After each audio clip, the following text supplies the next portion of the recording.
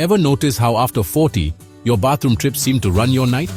You wake up again and again feeling like you never quite finished the job. That's often your prostate talking, because as we age, it naturally gets a little bigger, putting the squeeze on your urinary flow. But here's the good news. You don't have to just live with it. Let's break down a few simple hacks to get you sleeping through the night, naturally. First, your habits matter. Heavy caffeine or alcohol in the evening. Those are big culprits. Try cutting them off after 6 p.m. And believe it or not, that late night glass of water can keep you running to the bathroom. Shift your fluids earlier in the day. Now, let's talk food. Research shows eating more pumpkin seeds and tomatoes, yep, both, can help support prostate health.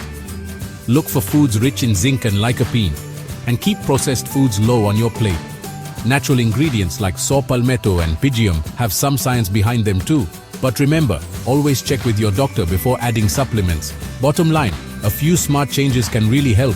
Better sleep, fewer bathroom runs, and more control, all while letting your body work naturally. Take these hacks for a spin and wake up feeling rested again. You deserve it.